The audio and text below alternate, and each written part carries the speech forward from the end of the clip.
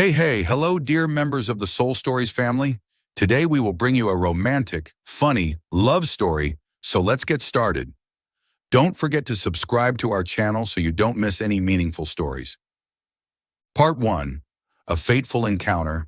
The Conquest Begins. Manhattan, New York, a Friday afternoon filled with the blaring sound of car horns and the bustling pace of a city that never sleeps. Skyscrapers tower high, the fading sunlight obscured by their shadows, and the weekend atmosphere brims with excitement. Inside Mount Sinai Hospital, one of the most prestigious medical facilities in the area, the ambiance stands in stark contrast. Cold, quiet, with only the steady beep-beep of heart monitors echoing from the examination rooms, like a familiar background tune of life itself. Here, Dr. Michael Mike Carter, 32 years old, the top cardiologist in the department, sits in his small office, a tranquil corner amid the storm of work. His piercing, ice-blue eyes scan the patient chart in his hand, each line read with absolute focus. He wears dark blue scrubs, his brown hair slightly tousled after a grueling 12-hour shift, yet his sharp-featured face retains an impeccable professionalism, as if fatigue could never touch him. Mike is nicknamed the heartbreak surgeon by his colleagues, not because he breaks hearts in the romantic sense, but because of his exceptional talent in repairing damaged hearts medically, paired with a cold demeanor that keeps emotions out of his work. To him, the operating room is a battlefield, and he is a general who never loses. He's known for his strict life principle: no wasting time, especially on patients who fake illnesses to stall or seek attention. If your heart isn't genuinely in trouble, "Don't step into my office," he once told a new nurse, his deep voice cutting like a knife. For Mike, every minute is as precious as the beat of a living heart, and he has no patience for pointless games. A few rows of seats away in the waiting area, Annie Brooks, 26 years old, sits with her legs crossed on a gray plastic chair, her hands scrolling through her phone with an excited expression. Her golden blonde hair falls naturally tousled under the fluorescent lights, a few strands dropping over one eye, though she doesn't bother to brush them back. Annie is a freelance fashion designer, beautiful in a classic American way. A radiant smile like sunshine, mischievous eyes always hiding some wild idea, and a touch of craziness she proudly calls her lifestyle. She isn't here for a checkup, but to visit her best friend Sarah, who just broke her leg during a yoga class in Brooklyn and is recovering on the third floor. Annie promised to bring some cheer to Sarah by live streaming the hospital life on Instagram, even though she knows Sarah will just yell at her to stop. Annie has just stood in line to grab a latte from the small coffee stand in the hospital lobby, holding her phone high to film the busy nurses and waiting patients. "Look at this, Sarah. What a stressful hospital. Everyone's so serious," she says loudly through the live stream, her clear voice making a few nearby people turn their heads. She takes a sip of the latte, so hot it makes her wince, then suddenly turns her head. And that's the moment everything changes. Mike steps out of the emergency room, holding a patient chart, his stride brisk yet confident. He stops in front of a middle-aged man clutching his chest in pain, his deep, icy voice ringing out, "Sir, your heart's fine. Stop clutching your chest. It's not a movie set. Go home." The man mumbles an apology and shuffles off, embarrassed, while Annie stands there, her hand gripping the scalding latte, her heart pounding like she's just run a marathon. She stares at him unblinkingly, from the scrubs hugging his broad shoulders, to his piercing eyes cold as the Arctic, to his confident gait as if he owns the world. "Oh my God," she whispers to herself, her voice trembling with excitement. "That's the hottest doctor I've ever seen." Then she shouts into the live stream, "Sarah, forget your broken leg. I just found the soulmate of my life." Sarah yells back from the other end, "Annie, shut up, everyone can hear you." But Annie doesn't care. She laughs loudly, her eyes sparkling as if she's just stumbled upon treasure. From that moment, Annie knows she has to act. Not with a typical Tinder date or a boring coffee meetup. She wants a debut worth remembering, one that will etch her name into the mind of this cold doctor. "He's my biggest challenge," as she tells herself, clutching the latte tightly as if gearing up for battle. And so the plan to fake an illness to win the doctor officially begins, with all the boldness and craziness only Annie Brooks would dare to unleash. The next day, Annie returns to Mount Sinai Hospital, determined to make Mike the first victim of her conquest campaign. She wears an oversized gray sweater that nearly covers her hands, paired with ripped jeans. A look comfortable enough for her act, yet cute enough to make an impression. That morning in her Brooklyn apartment, she stood in front of the mirror for an hour practicing her pained expression, clutching her chest, wincing, breathing heavily. Everything had to be perfect, like a Hollywood actress. "I've got to get his attention," she tells herself, taking a deep breath before stepping into Mike's office. She pushes the door open and collapses onto the patient chair with a carefully rehearsed look of agony, clutching her chest and gasping, "Doc, I swear my heart's been skipping beats since I saw you." Mike looks up from his computer screen, his blue eyes scanning her like an X-ray, emotionless, unmoved. He says nothing, simply stands up quietly, grabs his stethoscope, and places it on her chest. After a few silent seconds, he pulls it away, his voice flat as a robot. "Your heart's fine, better than mine after a double shift. Go home." Annie blinks, trying to salvage it with a charming smile and a tilt of her head. But I feel it fluttering. Could it be love at first sight?" Mike raises an eyebrow, types something into her file on the computer with lightning speed, then pushes his chair back and stands. "Next patient." A nurse steps in, politely ushering Annie out, leaving her standing dazed at the door. "Round 1 failed," she mutters, but an idea sparks in her mind. "It's not over, Doc. I'm just getting started." The next day, Annie returns with a new script, faking a faint. She picks rush hour after work, when the hospital lobby is packed, to maximize the drama. She walks in, staggers through the crowd, a few shaky steps, a perfect stumble, then collapses onto the floor right in front of the reception desk, clutching her head and crying out, "Oh no, I'm fading." People gather around, some shouting for a nurse, and a young nurse rushes over with a first aid kit, flustered. Annie lies there, eyes half closed, waiting for the moment Mike appears like in a movie. But Mike, passing by after checking a patient, merely glances at her and sighs, a sigh of exasperation she can feel even while pretending to faint. He bends down, checks her wrist pulse for exactly 3 seconds, then stands up, telling the nurse in a cold tone, "She's fine. Probably just needs a coffee. Get her out of here." Annie cracks one eye open, muttering, "Seriously? This guy's tougher than a New York cabbie." The nurse helps her sit up, and a few onlookers chuckle as she's led to the door, her face flushing with embarrassment. Undeterred on the 3rd day, and Annie ups the ante. She walks into Mike's office, this time faking amnesia, an idea she got from watching a medical drama at midnight. She sits down, gazing at him with a bewildered look, her hands clasped like a lost girl. "Wait, where am I? Are you my fiancé?" Mike stops typing, turns to her with eyes that could pierce concrete, sharp, unwavering. "No, I'm your doctor, and you're my headache." "What's your game this time?" he asks, his voice flat but tinged with irritation. Annie grins widely, shrugging casually. "Just checking if you'd play along, Doc." Mike shakes his head, opens her file on the computer, and adds a note. Annie leans to peek, but only catches, "Drama queen, do not treat," before he points to the door. "Out." She stands, feigning disappointment. "You're breaking my heart, Doc." But as she leaves, she whispers to herself, "He's good. I like this challenge." On the 4th day, Annie goes bigger. She appears in the hospital lobby with her grandest act yet, faking a severe heart attack. She'd planned it meticulously, choosing the noon rush when the lobby's packed for maximum impact. She walks in, clutching her chest, stumbling a few steps, then rolls onto the floor amid the crowd, shouting, "Call 911! I'm dying!" Panic erupts. Some yell for a nurse, one rushes over with a stretcher, and others pull out phones to record. Exactly as Annie hoped. She lies there performing like a Hollywood star, chest clutched, eyes shut tight, waiting for Mike's reaction. He's upstairs in a meeting but comes down the stairs at the sound of the commotion, his face sour. From a distance, he stands with hands in his blouse pockets, watching her performance without a hint of surprise.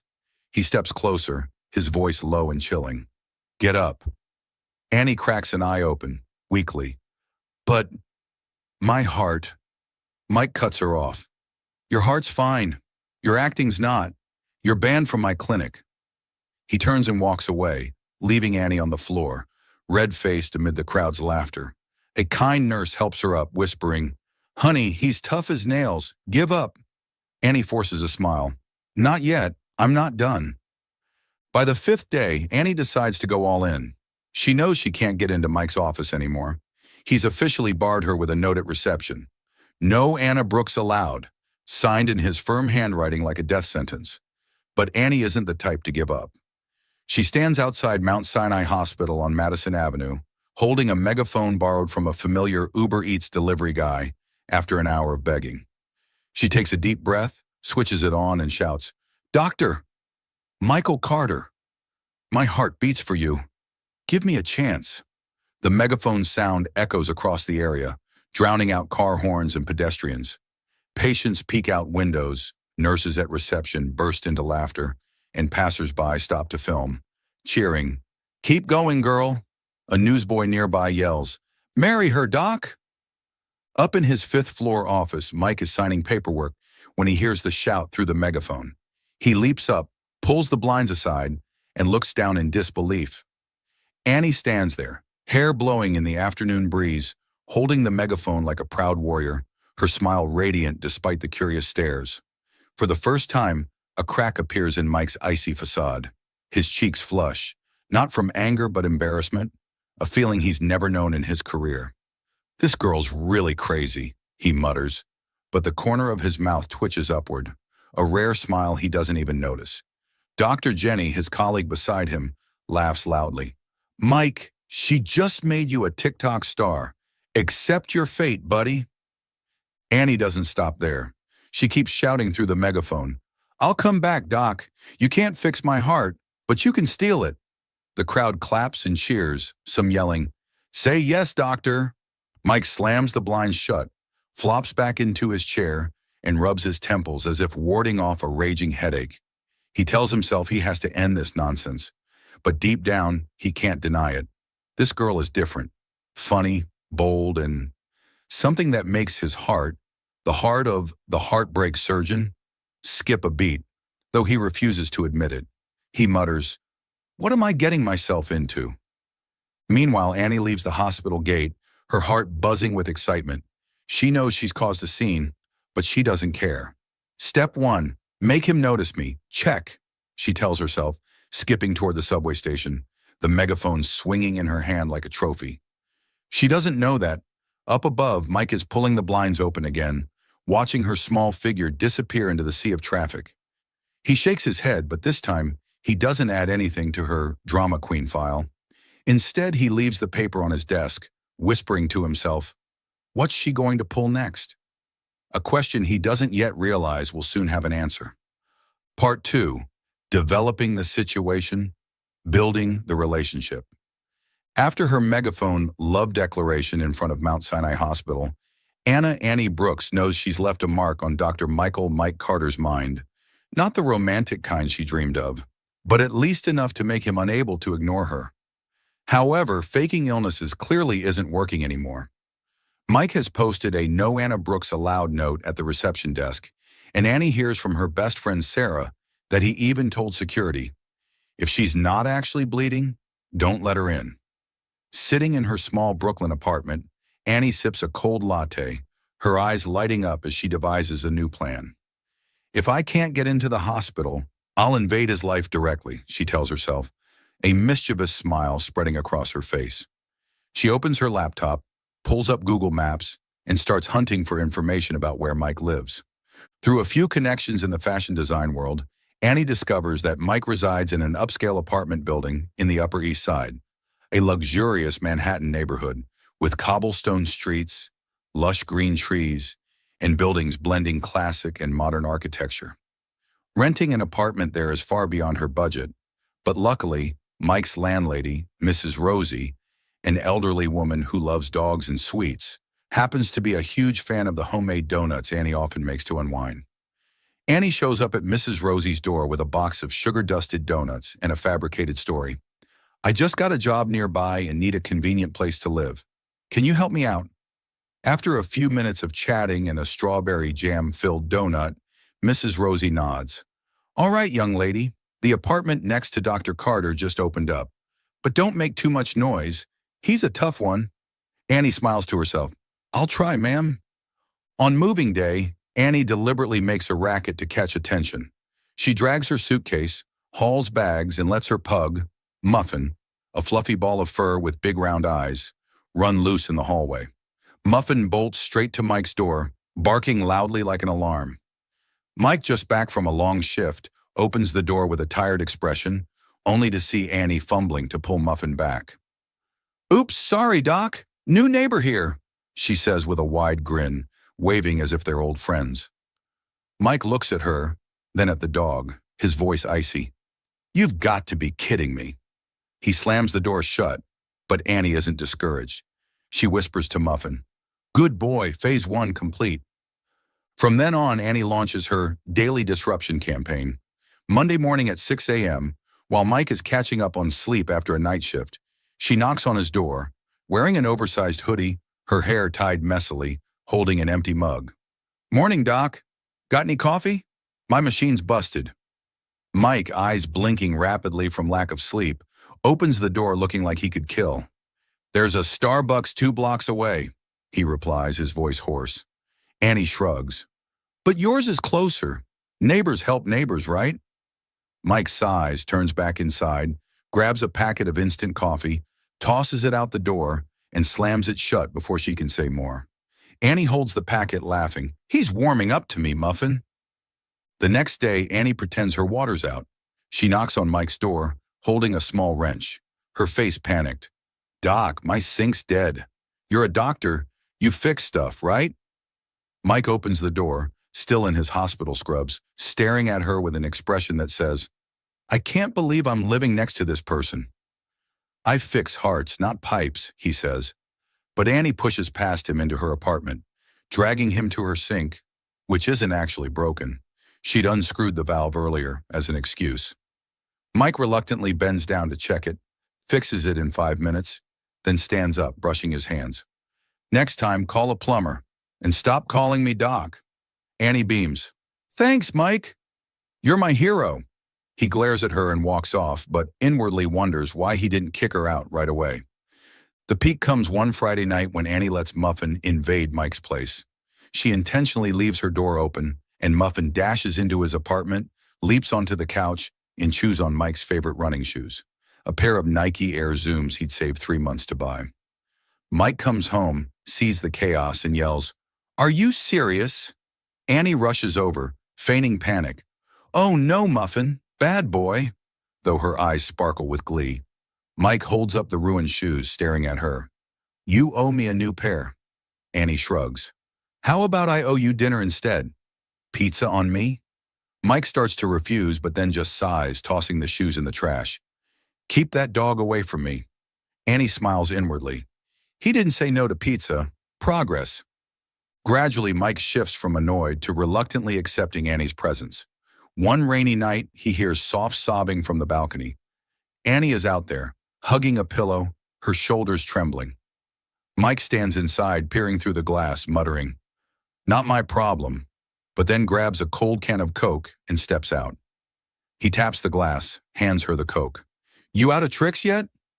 Annie looks up, eyes red, not faking this time, but upset after a phone argument with a difficult client that ruined a big order. She takes the Coke, smiling faintly. Not yet, Mike. Thanks. Mike shakes his head in exasperation, but for the first time, he lingers a few minutes, watching the rain with her in silence. Annie glances at him, her heart racing. He's not as cold as he pretends. A few weeks later, Mount Sinai Hospital hosts its annual fundraising gala at the Marriott Hotel in Midtown Manhattan, a glamorous event with chandeliers, live music, and expensive tuxedos. Mike, who hates social gatherings, is pressured by colleagues to attend. Worse, Dr. Jenny, his close friend in the department, warns him, The director's eyeing you for her daughter Lisa. She'll cling to you all night if you don't have a shield. Bring a girlfriend. Mike grimaces. I don't do girlfriends. Jenny laughs. Then fake it, genius. You're a surgeon. Improvise. That night on his way home, Mike spots Annie delivering a gown to a client near the Marriott. She's in a denim jacket, carrying a dress box, whistling cheerfully on the sidewalk. He pulls over, lowers the window and calls, "Hey, Brooks." Annie turns surprised. "Wow, Mike, you know my last name?" He sighs. "Hard not to, with all your stunts. I need a favor." He briefly explains the gala and the Lisa problem. Annie's eyes light up and she shouts, "Jackpot, I'm in." Mike mutters, "I'm going to regret this," but agrees. At the gala, Annie arrives in a fitted black dress, her hair in soft waves, red heels accentuating her long legs. Mike, in a black tuxedo, waits in the lobby, slightly thrown off for the first time when he sees her. "You clean up nice," he says, his voice still cool. Annie winks. "You too, Doc." Ready to fool the world? They enter arm in arm, and Annie instantly transforms into the perfect girlfriend. She smiles charmingly, spinning funny made-up tales about how she met Mike at a coffee shop. "He spilled coffee on my shirt, then took me to dinner to apologize," making his colleagues roar with laughter. Lisa, the director's daughter, watches from afar with jealous eyes but doesn't dare approach with Annie so confidently by Mike's side. Everything goes smoothly until Annie overdoes the margaritas. After 3 drinks, she snatches the mic from the MC, stumbles onto the stage, and wraps her arms around Mike in front of hundreds of guests, shouting, "Listen up, everyone. This guy's my future husband. Hands off, ladies." The crowd freezes for a second, then erupts in laughter and applause. Mike stands frozen, face flushed, gripping his drink tightly. He whispers, "You're insane." But Annie just laughs. "And you love it," Jenny yells from a nearby table. "Get a room, you two." While the hospital director chuckles, "Well, Mike, didn't know you had it in you." Mike pulls Annie off the stage, his face darkening. "What the hell was that?" Still drunk, Annie slings an arm around him. "Relax, Mike. I just saved you from Lisa. You're welcome." He wants to be mad, but her goofy, drunken smile softens him despite himself. He sighs, calling Jenny over. "Get her out of here before she burns the place down." Jenny laughs, patting his shoulder. "Oh, I've got a better idea. You both need a timeout." Before Mike can protest, Jenny hails a taxi, shoves them into the back seat, and yells to the driver, "Take them to the Marriott. I booked a room." Annie giggles, resting her head on Mike's shoulder. "Best date ever." Mike, his head spinning from the drinks and chaos, mutters, "I'm done," then closes his eyes, letting the taxi take them away. Part 3. Peak of Hilarity. The Mystery of the Ring. The early morning sunlight slips through the thick curtains of a luxurious Marriott hotel room in Midtown Manhattan, shining directly onto the grimace of Dr. Michael Mike Carter. He opens his eyes, his head pounding like a hammer, his mouth dry as dust after a night he can only vaguely recall as full of margaritas, laughter, and some kind of chaos. Mike sits up, reaching for the water bottle on the bedside table, but then freezes as if turned to ice. Beside him on the king-size bed covered in pristine white sheets, Annie Brooks lies fast asleep, her blonde hair splayed out like a bird's nest, one arm resting on a pillow, the other wearing a plastic wedding ring glinting in the light. Mike blinks, thinking he's seeing things, but then looks down at his own left hand. A matching ring, cheap and shiny, sits boldly on his ring finger. "What the hell?" he shouts, his hoarse voice echoing through the quiet room. The yell jolts Annie awake. She yawns widely, rubbing her eyes with the sleeve of her crumpled gala dress from the night before, then sits up groggily. "Geez, Mike, lower the volume, will you? I'm dying here." But when she sees him, face pale, eyes wide, hand trembling as he points at the ring on her finger, she panics too. "Wait, what's that?" she yells, holding up her hand to stare at the glowing plastic ring.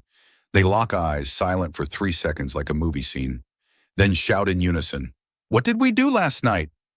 The hotel room instantly turns into a small battlefield. Mike leaps out of bed, pointing at Annie. "You! This is your fault. You got me drunk and tricked me into some insane marriage trap." Annie, still on the bed, clutches the blanket to cover herself, firing back. "Me? I don't even know how we got here. You didn't stop me, Mr. Heartbreak Surgeon." Mike fumbles through the pockets of his vest scattered on the floor. searching for his phone, but pulls out only a wad of crumpled paper, a few coins, and a broken ballpoint pen. "I don't remember a damn thing after Jenny shoved us into that cab," he roars, rubbing his temples. Annie shrugs, still half asleep. "Well, I don't remember saying I do, so we're even. Maybe you proposed, huh?" Mike glares at her. "Not funny, Brooks." They dive into piecing together their memories, but their minds are a thick fog. Mike vaguely recalls the gala fundraiser at the Marriott, the lively music from the live band, and Annie dragging him into a dance that looked like a mix of cha-cha-cha and amateur hip-hop.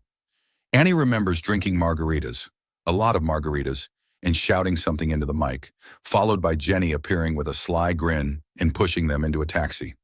"Oh God," Mike groans, collapsing onto the room sofa. "You yelled I was your future husband." Then Jenny said something about a timeout. That's it. Annie cackles, though her head aches just as much. Classic me. But that doesn't explain these rings. Did we rob a pawn shop or what? Mike resolves to uncover the truth before he loses his mind. He rummages through the hotel room, a lavish suite with a white leather sofa, a mini bar stocked with liquor, and a large window overlooking the majestic Empire State Building in the morning light. But he finds no marriage license, no witnesses, nothing except a pile of wrinkled clothes and Annie's red high heels rolling around on the floor. Meanwhile, Annie staggers to her feet, slipping back into her black gala dress from the night before, muttering, "If we're married, I deserve a better honeymoon than this hangover. Where's the champagne?" Mike shoots her a look. "Not funny. We need to figure this out before I have a heart attack, and I'm the one who fixes those." They check their phones for clues. Mike's inbox is flooded with messages from the hospital staff group chat, a slew of texts from Jenny sent at midnight. "Mike, you and Annie were hilarious last night. That dance move, though, where'd you learn that? TikTok material. Check your vest pocket, lover boy. You've got a souvenir." Annie opens TikTok, and sure enough, a video from the gala is trending with over 50,000 views. Her clinging to Mike's neck on stage, shouting, "This guy's my future husband. Hands off, ladies." While Mike stands like a statue, face red with embarrassment. The clip ends with Jenny pushing them into a cab, laughing and waving. "Have fun, newlyweds." Annie bursts out laughing. "Okay, so Jenny ditched us here. She's evil, but still no wedding clue." Mike snatches the phone from her, muttering, "This is a nightmare. I'm never drinking again." They call Jenny, the only one who might know what happened. She picks up after 2 rings, her laughter nonstop. "Oh, you two lovebirds finally awake? How's the newlywed life treating you?" Mike yells into the speaker, "Jenny, what the hell happened?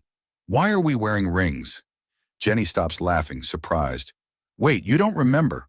Oh, this is pure gold. Check your vest pocket, Mike. You've got the evidence right there." Annie cuts in, "Yeah, and tell us why we're in a hotel." Jenny laughs harder. "Patience, bride. Just look in the pocket." Mike digs into his vest pocket again, more carefully this time. He pulls out a folded, crumpled sheet of paper that faintly smells of tequila. He unfolds it, reading aloud in a shaky voice. "Certificate of marriage. Congratulations, Michael Carter and Anna Brooks. Issued by Fake Vegas Wedding Booth, Mount Sinai Gala Fundraiser." Below are their scrawled signatures and red-inked fingerprints, Mike smudged across the edge. Annie peeks over his shoulder, collapsing onto the sofa in a fit of laughter. "Oh my God, it's fake! We didn't get married for real. I knew I wouldn't forget my own wedding." The truth slowly unravels through Jenny's story over the phone in hazy flashbacks in their minds. After her husband proclamation on stage, Annie, in a margarita-fueled haze, dragged Mike to a photo booth in a corner of the gala, where the hospital had set up a fake Vegas wedding game to raise funds. The booth was decked out with a neon Vegas-style sign, a staff member in a fake Elvis outfit officiating, and a cheap certificate printer. The idea was for couples to marry for fun, sign a paper, wear plastic rings, and take a keepsake photo, each turn donating $50 to the hospital's charity fund. "You two were so wasted," Jenny recounts, still chuckling. "Annie insisted you'd be her groom. She even tipped an extra $20 for fancier rings, the kind that glow in the dark." Mike starts recalling the scene. though his memory feels like a chopped-up film reel. Annie pulled him into the booth, a nearly empty margarita in hand, shouting, "Come on, Mike, let's make it official." He, already tipsy from 3 drinks his colleagues forced on him at the gala, smirked. "Fine, but I'm not paying for this circus." They signed the paper, left fingerprints in red ink from the faulty printer, Annie smearing some onto Mike's hand, laughing. "Now you're marked." The booth staff handed them 2 glowing plastic rings, and Annie slipped one onto Mike's finger, yelling, "Now you're stuck with me." Mike, drunk, put one on her and said, "Yeah, until I sober up tomorrow." Afterward, they danced some more at the gala, pulling off goofy moves that had the crowd cheering, until Jenny, thinking this fake couple was too adorable, booked a hotel room via an app and shoved them into a cab with a parting, "Enjoy your wedding night, you crazy kids." Mike and Annie, too drunk to register anything, just giggled stupidly and passed out the moment they hit the bed, still wearing the plastic rings like trophies. Back in the present, Mike holds the fake certificate in his hand, slumping onto the sofa, clutching his chest as if escaping a nightmare. "You made me think I was hitched for real. I was about to call a lawyer and cancel my life." Annie, sitting across from him, doubles over laughing until tears stream down her face. "Well, if you were, it'd be to me. Lucky you." She raises her hand, letting the plastic ring glow faintly in the room's dim light, then winks. "Admit it, Mike. I'd be a fun wife. Imagine the chaos." Mike shakes his head, but the corner of his mouth curls into a rare smile. The first time he can't hide his amusement. "You're a walking disaster," he says, tossing the paper aside like shedding a burden. But as he looks at Annie, hair a mess, dress wrinkled, still beaming as if nothing happened, he feels something odd in his chest. Not fear or annoyance, but a gentle, warm sensation. Maybe even a hint of curiosity about this strange girl. He stands, brushing his hands. "Get dressed, Brooks. We're leaving this circus." Annie claps her hands, jumping up. "Okay, husband for a night. How about breakfast?" "My treat, since I almost gave you a heart attack." Mike sighs, but this time he doesn't refuse. "Fine, but no more stunts, you hear me?" Annie shrugs, grinning mischievously. "No promises, Mike." They leave the hotel, stepping out onto the bustling midtown streets, leaving behind the funniest wedding night either has ever experienced. A memory Annie secretly thinks could be a turning point, though it also makes her start to wonder, am I going too far? Are you still following the stories from Soul Stories? Share your thoughts and feelings about today's story in the comments below. And don't forget to subscribe to our channel for more meaningful and heartfelt stories from Soul Stories. Part 4. Annie decides to leave, distance and emptiness. After the chaotic, fake wedding night at the Marriott Hotel, Annie Brooks steps out of Midtown Manhattan with a smile on her face, but an indescribable feeling wells up in her chest. She had achieved her initial goal, making Dr. Michael Mike Carter, the cold heartbreak surgeon, unable to ignore her. But as they stop at a small diner for breakfast, amid jokes about the plastic ring and Annie's laughter, she realizes something. Mike isn't reacting the way she'd hoped. He doesn't get angry or snap at her, but there's no sign he sees her as anything more than a comedic disaster. When Annie teases, "So, husband for a night, what's next for us?" Mike only smirks, replying curtly, "Next is you stop breaking into my life." He says it in a joking tone, but his icy gaze makes Annie pause. She laughs loudly to cover it up, but in her mind, she starts to wonder, am I just a joke to him? On the ride back to the Upper East Side, sitting in a taxi amid Manhattan's bustling traffic, Annie stares out the window, fidgeting with the glowing plastic ring. She'd done it all, faked illnesses, pestered him, even turned him into a TikTok star. But Mike still keeps his distance, like an unmelting wall of ice. As the taxi pulls up to their apartment building, Annie turns to him, saying softly, "Hey Mike, I'll stop bugging you now, okay? You're free." She smiles, but this time it lacks her usual radiance. Mike raises an eyebrow, looks at her for a second, then nods. "Good. I could use some peace." He steps out of the cab, leaving Annie sitting there, her heart heavy. That night, Annie lies on her bed in the small apartment next to Mike's, staring at the blank white ceiling, twirling the plastic ring like a keepsake. Muffin, her pug, curls up beside her, snoring softly. She turns on her phone, scrolling through emails, and an old message from a week ago pops up. A job offer from a major fashion company in Los Angeles. An opportunity she'd once declined because she didn't want to leave New York, where she'd built her life and dreams. But now she rereads it with a different feeling. Maybe it's time, she mutters. Maybe I've been chasing something that doesn't even exist. Annie doesn't sleep all night. She thinks about the times she knocked on Mike's door, the silly pranks with Muffin, and the drunken engagement at the gala. She'd thought her persistence would move him, but after everything, she only feels like a fool, a ridiculous girl trying to barge into the life of someone who never opens up. He doesn't need me, she tells herself, tears rolling down her cheeks. And I don't need to keep humiliating myself. By dawn, Annie sits up, opens her laptop, and replies to the email. I'm in. I'll move to LA next week. She has exactly 1 week to pack up. On the first day, Annie calls Sarah, her college best friend, to break the news. LA, are you serious? Sarah yells over the phone, her voice full of shock. What about your hot doctor? Annie laughs weakly. He's not my anything, Sarah. I'm done playing the fool. Sarah tries to convince her to stay, but Annie is firm. I need a fresh start. New York's too loud for me now. At the end of the call, she asks Sarah to take Muffin. I can't bring him on the plane yet. You'll love him, I promise. Sarah agrees, but her tone is sad.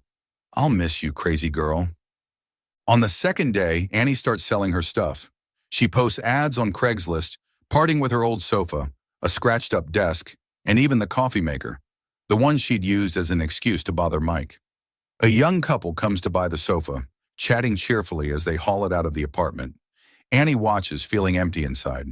She packs her clothes, fabrics, and design sketches into suitcases, leaving the apartment increasingly bare. Mrs. Rosie, the landlady, stops by when she notices the moving, asking worriedly, Where are you going, Annie? I like your laughter around here. Annie forces a smile. L.A., ma'am. New job. I'll mail you some donuts. Mrs. Rosie hugs her, whispering, That doctor boy will be sad, you know. Annie shakes her head. He won't even notice. On the third day, Annie officially gives up the apartment. She signs the lease termination with Mrs. Rosie, hands over the keys, and stands in the hallway, looking at Mike's door one last time. She wants to knock to say goodbye, but then stops herself. No more stunts, she tells herself, turning away. She takes Muffin to Sarah's place in Brooklyn, hugging the little dog for a long while before handing him over. Be good, okay? I'll come get you when I settle down, she says, her eyes red. Sarah hugs her. You sure about this? Annie nods. Yeah, it's time. For the remaining 4 days, Annie stays at Sarah's, wrapping up her final tasks, delivering her last design orders, packing personal belongings, and buying a plane ticket to LA, a flight departing at 8 p.m. Saturday from JFK. She doesn't tell Mike anything. No texts, no hints. She wants to vanish quietly, like a breeze passing through his life. But every night, lying on Sarah's sofa, she can't stop thinking about him. His cold eyes, his rare smile, the can of Coke he handed her in the rain. Maybe he'll be happier without me, she tells herself, but her heart aches. While Annie silently withdraws from his life, Mike initially feels relieved. The first day without a 6 a.m. knock, he sleeps better than usual, undisturbed by Annie's chirpy voice asking for coffee. The second day, he comes home without Muffin barking or chewing his shoes, and he thinks, finally, some peace. But by the third day, the silence starts to bother him. He stands in the kitchen, eyeing the instant coffee packet on the shelf, the one he'd tossed to Annie, and wonders why he kept it there. He opens the balcony door, glancing instinctively toward Annie's place, but sees no sign of her, no lights, nothing but emptiness. Weird, he mutters, closing the door. On the fourth day, Mike begins to feel restless. He comes home from work, walks down the hall, and notices there's no sound of lively footsteps or Annie's whistling from next door. He stops at her door, spotting a fresh "for rent" sign, his heart sinking. She's gone? He asks himself, but then brushes it off. Probably on some crazy trip. She'll be back. He goes inside, turns on the TV, but can't focus. He paces, then grabs a Coke from the fridge, something he never drank before meeting Annie. He stares at the can, muttering, "What's wrong with me?" By the fifth day, Mike can't take it anymore. He goes to work in a foul mood, snapping at nurses over petty things, something he'd never done before. Jenny, noticing the change, pulls him aside in the doctor's lounge. "Okay, spill it. What's up with you?" Mike shrugs. "Nothing. Just tired." Jenny raises an eyebrow. "Bullshit. You've been a grumpy cat all week. This about Annie?" Mike tenses but doesn't answer. Jenny laughs. "Oh man, you miss her, don't you? The chaos, the dog, the coffee runs." Mike starts to deny it but then sighs, slumping into a chair. "She's gone quiet. No knocks, no barking. It's weird." Jenny looks at him, her eyes playful. "She's not just quiet, Mike. She's leaving. Tomorrow. L.A. Didn't she tell you?" Mike freezes as if punched in the chest. "What?" he asks, his voice hoarse. Jenny nods. "Yeah, got a job offer. She's flying out from JFK, 8 p.m. tomorrow. I thought you knew." Mike shakes his head, his hand crushing the Coke can until it dents. "She didn't say anything." Jenny pats his shoulder. "You're an idiot, you know that. She's been throwing herself at you for weeks and you just sat there like a brick wall. Now she's gone, and you're moping? Do something, Mike." He looks at her, silent, but his mind is a mess. He remembers Annie's laugh, the way she shouted his name through a megaphone, the time she fake cried on the balcony, and he stood there, unsure why he didn't walk away. "I don't want her to leave," he whispers, admitting it to himself for the first time. That night, Mike doesn't sleep. He sits in his dark living room, holding the plastic ring from the gala, something he'd kept for reasons he couldn't explain. He watches it glow faintly in the darkness, and for the first time, the heartbreak surgeon feels his heart beating out of control. He stands, opens the balcony door, and looks at Annie's empty apartment again. Still nothing. "She's really leaving," he mutters. He shuts the door, grips the ring tightly, and decides, "I can't let her go." Part 5. Airport Climax, Chasing Love. Saturday, Annie's final day in New York, begins with a gray sky and a light drizzle. The kind of weather she once loved in this city, but now it only weighs her heart down further. She spends the morning in Sarah's temporary Brooklyn apartment, checking her luggage one last time. A black rolling suitcase packed with clothes, design sketches, and a few keepsakes from New York, including the glowing plastic ring from the gala, which she couldn't bring herself to throw away, despite her decision to leave Mike behind. Annie glances at the clock. 5 p.m. Her flight to Los Angeles departs at 8 p.m. from JFK. Sarah hugs her one last time before she gets into the taxi. "Call me when you land, okay? And don't cry over that dumb doctor."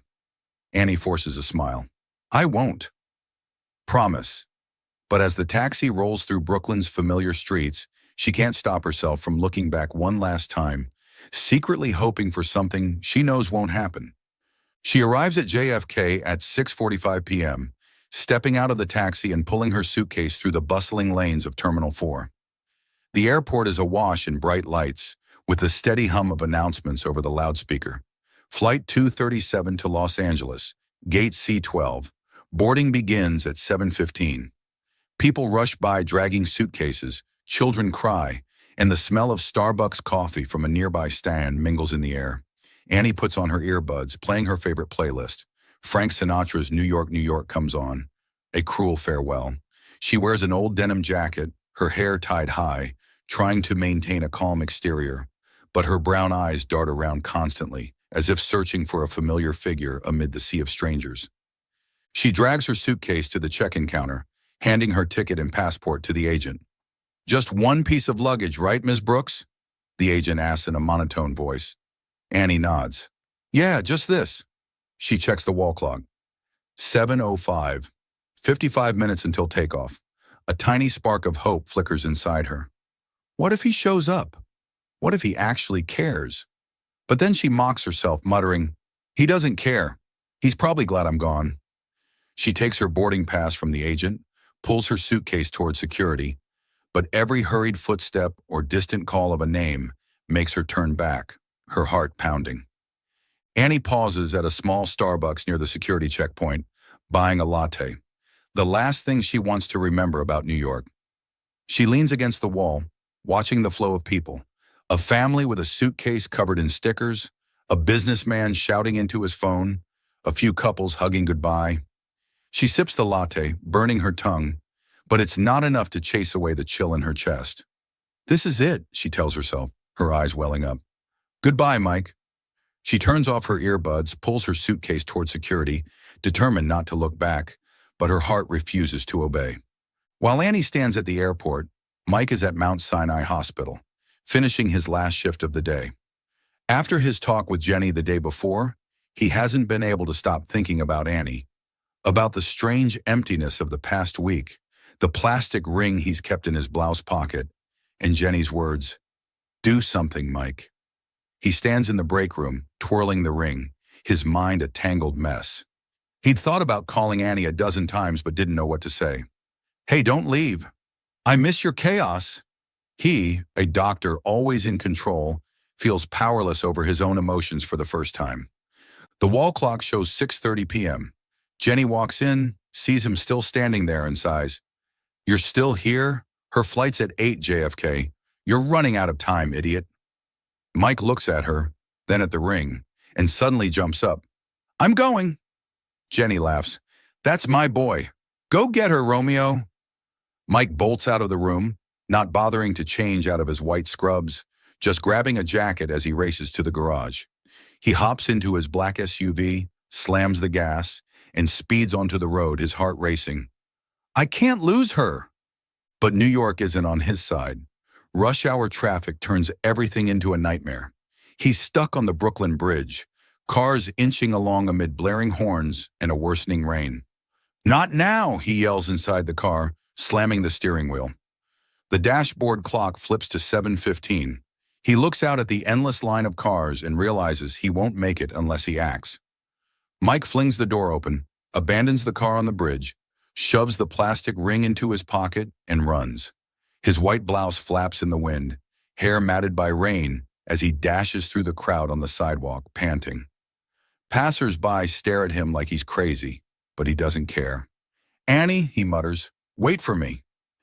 He reaches JFK at 7:40, sprinting into Terminal 4, soaked to the bone, his sneakers slipping on the floor. He scans the departure board. Flight 237 to Los Angeles, Gate C12, boarding.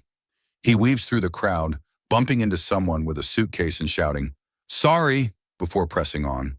He doesn't know where Gate C12 is, but he spots a line at security, and a gut feeling tells him Annie's there. He's gasping, his heart pounding like it might burst, hand clutching the ring in his pocket. "I'm not too late. I can't be." At Terminal 4's security checkpoint, Annie is among the last in line. She pulls her suitcase, hands her boarding pass and passport to the TSA agent, her eyes scanning one final time. The clock reads 7:50, 10 minutes until the gate closes. The agent finishes, nodding. "Okay, you're good to go. Have a safe flight." Annie gives a faint smile, pulls her suitcase toward the scanner. She takes off her shoes, places her bag on the conveyor, and steps into the machine. But her heart feels like lead. "He's not coming," she tells herself, eyes stinging. She steps out, retrieves her things, and prepares to enter the restricted area, but then pauses, looking back one last time.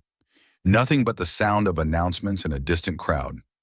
She takes a deep breath, pulls her suitcase toward Gate C12, but after a few steps, a shout rings out behind her. "Annie!" That voice, deep, hoarse, but so familiar it stops her heart. Annie turns, eyes wide, and there he is, Mike, standing dozens of feet away beyond the security barrier, hair disheveled, wet blouse clinging to him, hand raised as if to hold her back.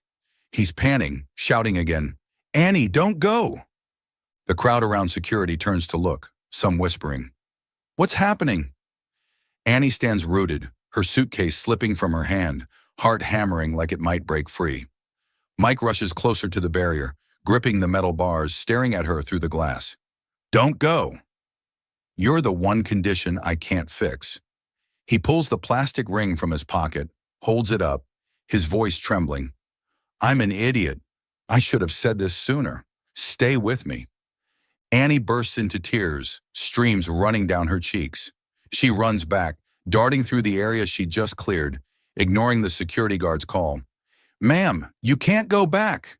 She doesn't care, racing to the barrier and throwing her arms around Mike through the cold metal bars. You're here, she chokes out, clutching his shirt. Mike awkwardly strokes her hair, whispering, Yeah, I'm here. Worst timing ever, huh? Annie laughs through her tears. Worst timing ever, Doc. You almost let me leave. A security guard approaches sternly. Sir, ma'am, you can't do this here. She's already cleared security. Mike turns, still holding Annie through the bars. Give us a minute, please. I'm begging you. He looks at Annie, his eyes softening in a rare way. I was stupid. I didn't realize how much I needed you until you were gone. Stay, Annie. New York's not the same without your chaos. Annie laughs, crying and nodding. Okay, you big idiot, but you owe me a latte for this. The guard sighs, shaking his head. Fine, but make it quick. And she needs to recheck her luggage. Annie lets go of Mike, wiping her tears. Wait for me outside, okay? Mike nods, still gripping the ring. I'm not going anywhere. Annie runs back to grab her suitcase, glancing at him once more, her radiant smile returning to her face. Part 6. Sweet Reunion. A year has passed since that dramatic moment at JFK Airport, and New York seems to have changed. It's no longer just a city of blaring horns and relentless pace, but now a place that holds the sweet memories of Dr. Michael Mike Carter and Anna Annie Brooks. After that fateful night, Annie didn't board the flight to Los Angeles. She dragged her suitcase out of Terminal 4, hand in hand with Mike, and they stood under Manhattan's light drizzle, laughing like two kids who just skipped school. You owe me more than a latte for this, Doc, Annie teased, and Mike, for the first time shedding his cold demeanor, replied, How about a lifetime supply? That marked the start of a new chapter. No more fake illnesses, no more plastic rings, but a real love, clumsy yet sincere. 1 year later, life together in the Upper East Side. Now Mike and Annie live together in a larger apartment in the Upper East Side. Not the tiny unit next to Mike's that Annie once rented, but a new place with big windows overlooking tree-lined streets and a balcony wide enough for both to sip coffee each morning. Annie has brought Muffin, the fluffy pug, back from Sarah's, and he's now an official family member, often sprawled on the sofa or chewing toys scattered around the house. The apartment bears the marks of both of them.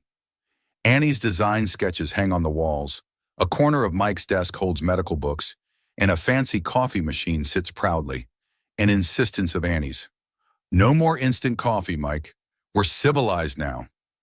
One autumn evening, Annie stands in the kitchen, wearing an oversized hoodie and shorts, stirring a pot of pumpkin soup, a recipe she learned from TikTok to impress Mike. He walks in from the living room, still in his green scrubs after a shift, hair slightly tousled but a rare smile clear on his face. Smells good, he says, wrapping his arms around her from behind. Annie turns, winking. Better than your hospital cafeteria, right? Mike chuckles softly. Anything's better than that.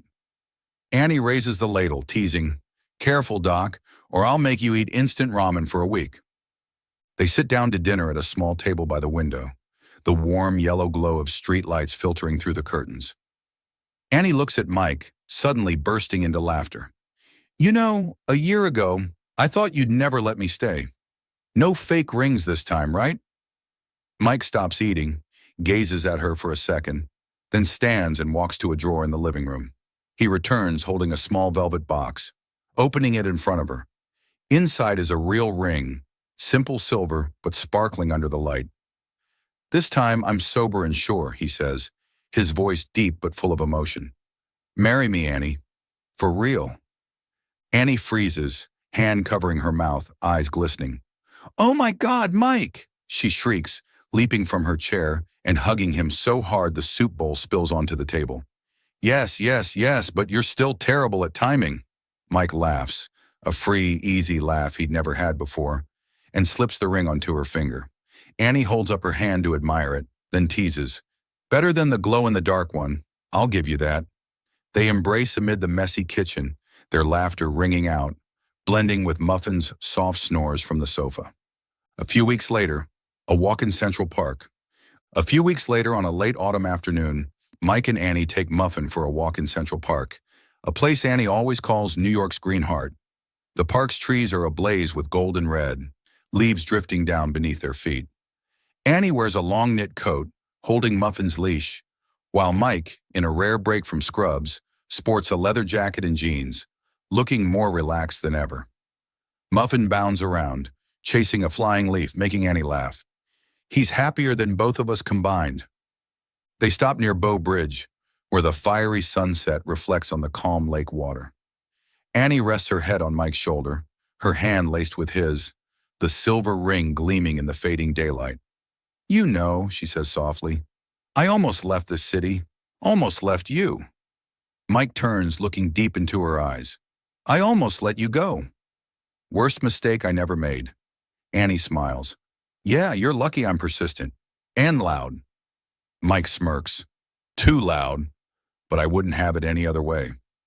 They stand there watching the sunset fade, birdsong mixing with the gentle breeze through the trees. Annie suddenly tugs Muffin's leash, shouting, "Race you to the fountain," and dashes ahead, laughing loudly.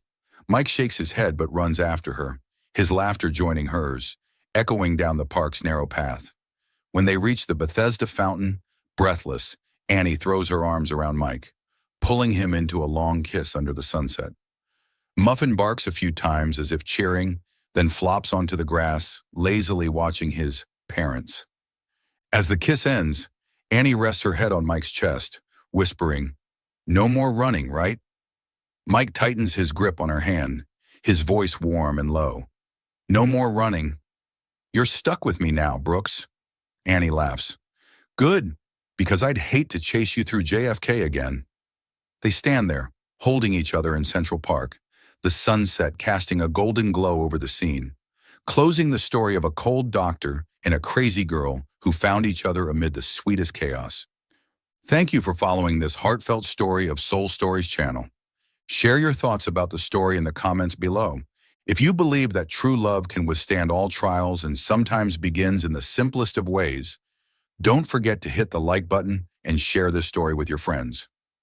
To never miss out on touching and meaningful stories, subscribe to our channel and help us spread messages of love and warmth to everyone. Let's cherish the beautiful moments of life and love together.